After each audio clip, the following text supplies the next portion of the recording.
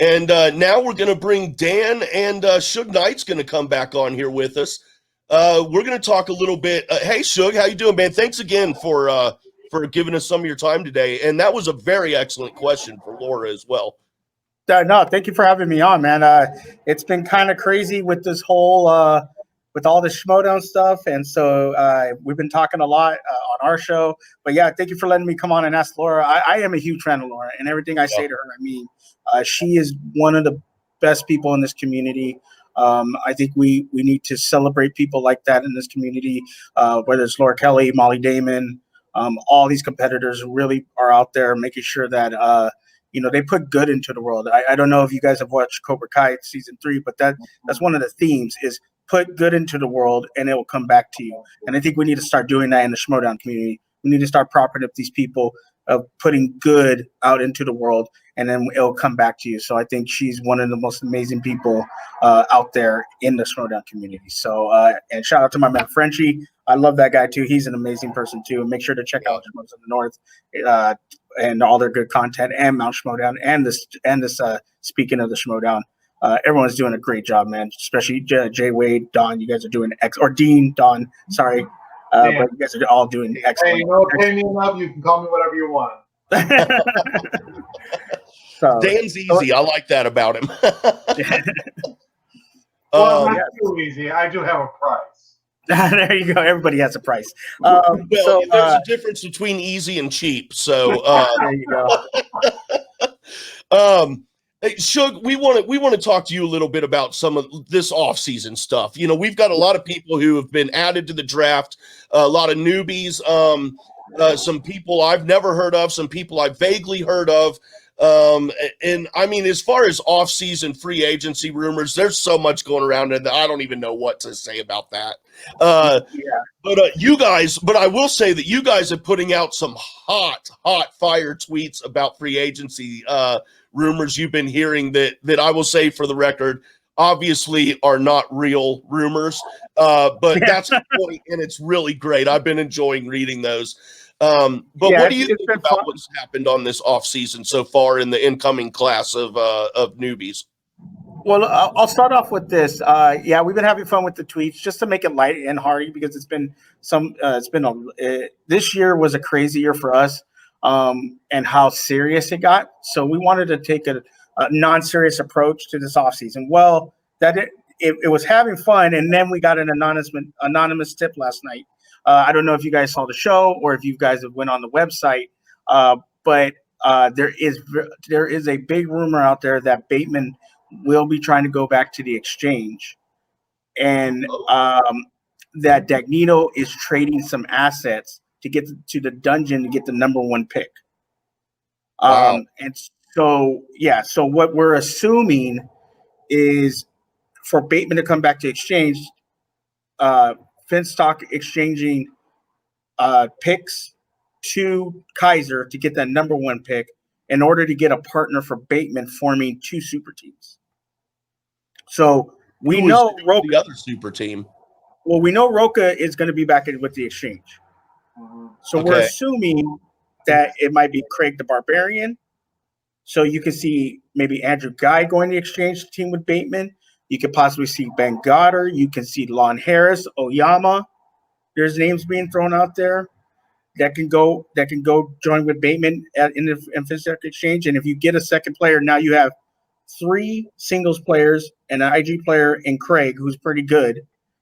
And you just pick up a Star Wars player, you probably can get Demolanta in the second round or something, and form your team from there.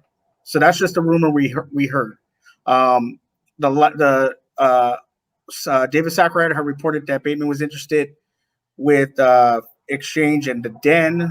We're kind of hearing now possibly the Den is not a thing. We're not sure. We've heard the dungeon is a thing. So a lot of rumors. This can all be smokescreen. This can all be true. Our sources are really they can only give us minimal stuff. So we're being very cautious with what we put out there just in case. But that was the big thing we heard last night. And then so I don't know, today Sakurada talked about possibly Snyder going to the exchange. So that would be interesting if Snyder went to exchange Did with you Bateman. see Christian's retweet about that? Yeah, I saw. Yeah, that. yeah. Just and see, that's where you sit there and go, okay, is this true? Is this not true? Like, where is it actually, going? Is somebody putting this information out there to throw off the real story? I don't know. Yeah. I don't know. So yeah, so we're just trying to see what happens. But let's be honest, we don't know what's going to happen until January 22nd. To be honest with you, until the day that someone gets on screen and says, I will be playing for this team. We actually don't know. All we know is Shannon has her 3 picks already, and that's all we know. So we don't know. As far as new people, there's the Rager is a big name right now that's out there. He did a interview with Spin from the Wheel. He's going to be on some other shows. I know he's going to be with us on January 22nd. There is Beth May, who really won over the Facebook group with her putting some stuff out there. There's Brother Loomis, who I think character-wise is probably going to be amazing. You have Josh Robert Thompson. You have obviously Paul. I forgot his name. I know it's Paul.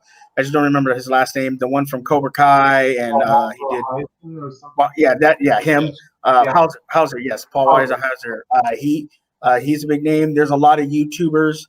There's a YouTube couple named Sunny and Kat who I've watched their Mandalorian reviews. So I'm wondering if they're going to be Star Wars players because they're into Star Wars. There's a that'll be cool to expand out of the border. That's why I think Kelly, like, what advice would you give to rookies who are coming? Because I saw a few names from their reactions, but that doesn't mean that they would be in the Star Wars. Yeah, that doesn't mean they're going to be playing Star Wars. Yeah, we don't know. It's still a possibility. Yeah, it's still a possibility, but like Jay said, they're in Denmark, so I don't know what they're committing to. There is some fan leaguers that were announced because I know from so far Christian has announced 3 fan audition tapes that made it, which I think is Brother Loomis, the Rager, and I think Beth May, but I'm not sure. The rest have been YouTube. The rest have been YouTubers. The rest have been YouTubers and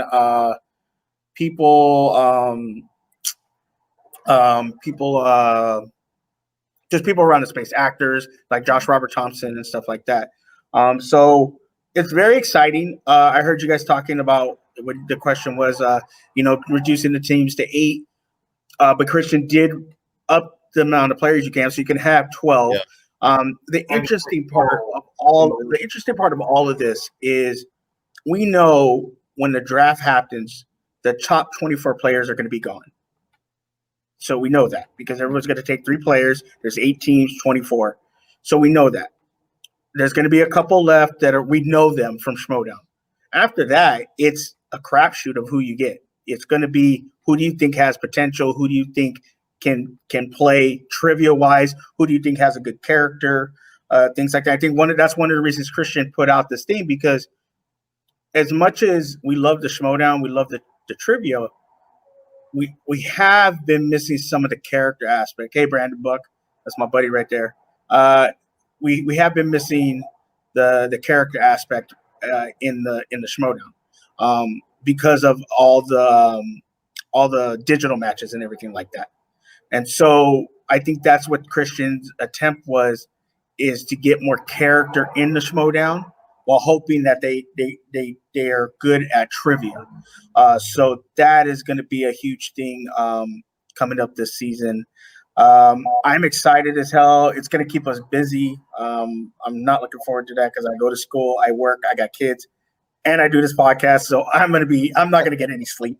But it's exciting. I'm excited. Yeah. And, like I said, like you said, Jay Wade, you were talking about the sports aspect. I am a big sports fan. I am huge into boxing, UFC. So I get all the ranking stuff. I get where Christian's coming from as far as you got to win to keep going. And I just think that's just normal. Like in traditional sports, baseball, basketball, football, you have a set schedule. I think it's hard to do that as far as a factions, because you can say, hey, a minimum is you're going to get 20 matches. That's a minimum. Whether you continue to win those matches will determine how many matches you get. I think Christian has said that to the managers, like, you're going to get a minimum of these matches. If you win them, you keep playing. If you get to the point where you're just not winning, I can throw you a couple matches here or there, but you're not going to get the premier matches. You're not going to get the match, every single matches. It's also going to depend on if he gets a studio. What is he going to do with Twitch? The rumor is he's going to have the minor league. Is he going to do Star Wars on Twitch, which would help people like Sunny and Kat from Denmark, where you say, okay, you're a Star Wars player, so we'll have Star Wars matches on Twitch, so they don't have to travel. Because I know he doesn't want to do teams on digital anymore. He's done with that. So do they already have a studio? There's been rumors that he's going to get a studio, and in 2 days he's going to film as many team matches as he can. That makes a lot of sense. So there's a lot of things that there's a lot of wheels moving. It's all dependent on COVID. It's all depending on this vaccine and being safe, because I know that's a big thing with Christian. He wants to make sure that we're safe, that his players are safe, nobody gets sick. I think teams matches are not going to happen until later in the year. So I look to see like Star Wars being on digital, singles being on digital, things like that. But it's still going to be an exciting time. The draft is going to be amazing. Make sure to look out for all that stuff. And just keep your eyes on Twitter, man, because you're seeing a lot of information. You're seeing a lot of people tweet stuff. And you got to decipher who's telling the truth, who's lying, who's throwing smoke screens, who's misdirection, things like that. And so what are you guys thinking about this I'll take this first, because you mentioned the tweet about Snyder going to the exchange. I don't believe that's true, because one, Roxy is the only one who I think can manage Schneider. One. Number two, Schneider was I think he was one of the top 3 point earners for the Stars. Now they're called the Stars. And number 1 was Alex Damon. So you want to keep Jeff Snyder because he is basically your biggest point earner at this point. So that's one of the reasons why I don't think that Jeff is going to leave the Rock Stars or the Stars at this point. Yeah, and last night we were talking about it on our show, and Ferris, who said, that why would Jeff Snyder drop the belt? And you said, well, Roxy's been one of them people to manage him. The other was Tom Dagnino. Do you remember Tom Dagnino when he was in the Lions Den with Snyder? They won a belt. He's been able to coach Snyder. One of people that Snyder do respect and actually is good friends with is John Roca. So I think, yes, Roxy is a big point to where Snyder goes. Obviously, but then we were talking about last night, if he goes, he has to drop the belts. So is he willing to drop the belts to go back after him? That is the question, because he's not going to be able to get a number 1 contender spot right away. With whoever he teams with. So it's all dependent on if he feels like, hey, I could drop these belts, but I can get them back within 2 months or when teams start up. So I'm not worried. So that's the big question. But I agree with you. I don't think those rumors are true. They might be smokescreen. That's it. Like I said, the problem is we're not allowed to tell our sources. Our sources tell us stuff, and they say don't say it was me that told you this. So then you got to say, okay, and put it out there. Yeah. Well, where are these sources coming from? Did Zack Ryder get this from Jeff Snyder? Did Zack Ryder get this from Ben Bateman? Did Zack Ryder get this from Gucci? Did he get it from Roxy? Was Roxy thinking about not taking Snyder? We don't know. That's the thing. Wow. And so until, like I said, January 22nd, when it all goes down, we'll get more answers. We'll get who was throwing smoke screen. We'll get who was putting out these fake rumors, or were they true rumors? Because I had stuff about the Den last month, which was nuts. They were trying to go after.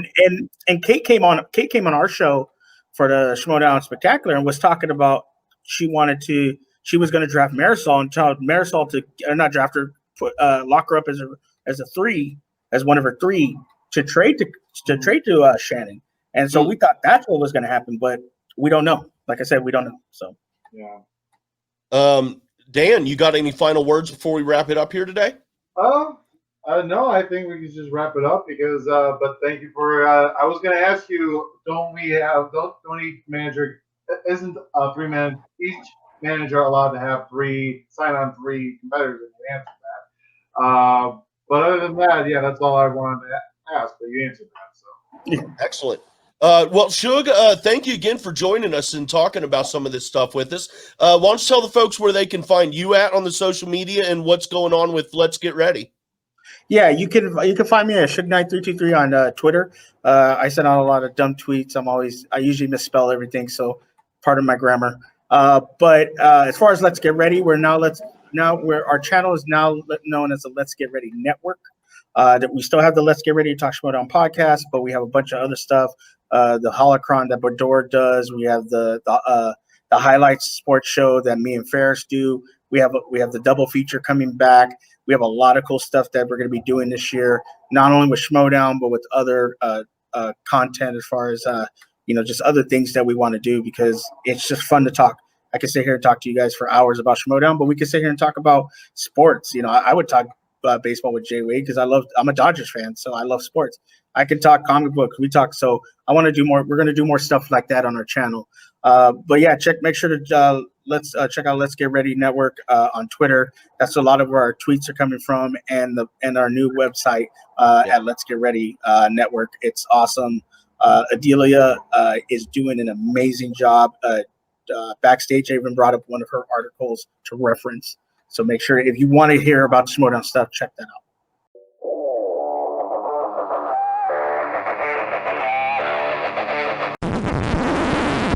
You want to hear something funny? The mic wasn't on that whole time. No way. Yeah, for real. Oh, wow. So smooth.